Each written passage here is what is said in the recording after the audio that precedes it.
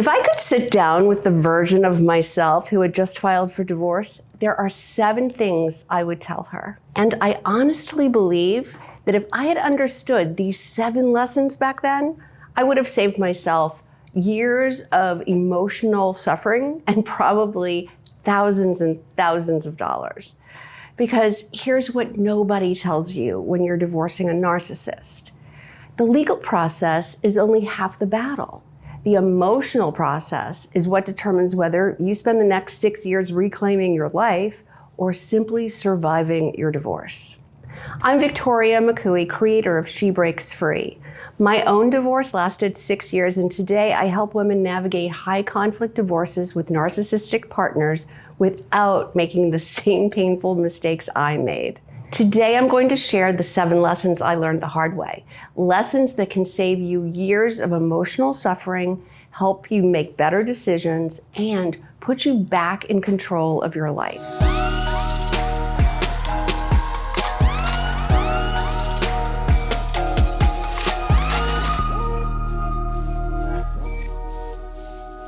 Let's start with lesson number 1. The narcissist's goal is not always to win. Sometimes it's simply to keep you emotionally engaged. That sounds obvious now, but I didn't understand it then. Every emotion, every accusation, every delay, every ridiculous claim felt like something I had to respond to immediately. I thought we were fighting over custody or money or parenting decisions. Looking back now, I realize we were fighting over something much more important: my attention, my emotional energy, my peace. Once I understood that, everything started changing. The second lesson is this: never confuse urgency with importance. Narcissists create urgency constantly. They'll say, this has to be decided today. If you don't respond immediately, or all hell will break loose, right? We have to settle this now. Does that sound familiar? Urgency is often emotional manipulation. One of the biggest things I teach my clients is to slow everything down. Pause, think, consult your attorney, sleep on it. Because decisions made from panic are rarely your best decisions. Lesson number 3, stop trying to convince the narcissist that you're right. This one took me years. I honestly believed that if I just explained myself one more time, if I found just the right words, if I showed enough evidence, he would finally understand. But his goal was never understanding. His goal was engagement. Every explanation became another opportunity for argument. Today, I teach my clients something completely different. Be brief, be neutral, be strategic. Not because you're giving up, because you are protecting yourself. Lesson number 4 might surprise you.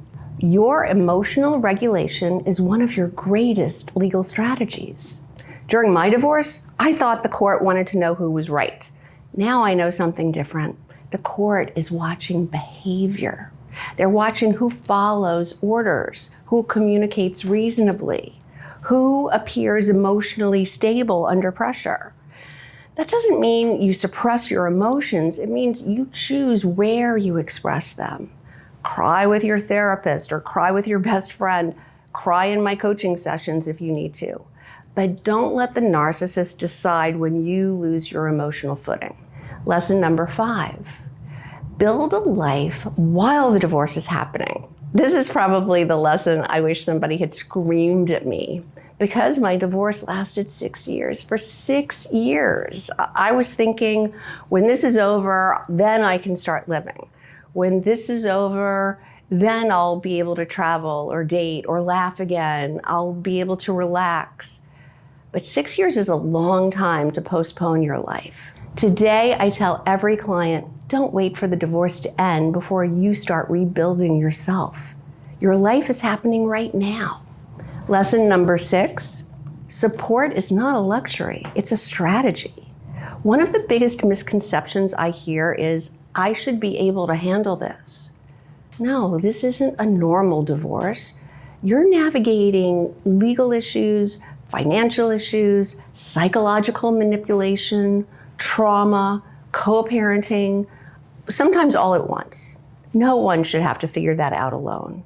And that's exactly why I created She Breaks Free, because women don't just need information, they need someone who understands the unique dynamics of narcissistic divorce and can help them stay grounded when everything around them feels like chaos. And finally, lesson number 7, the goal isn't to beat the narcissist.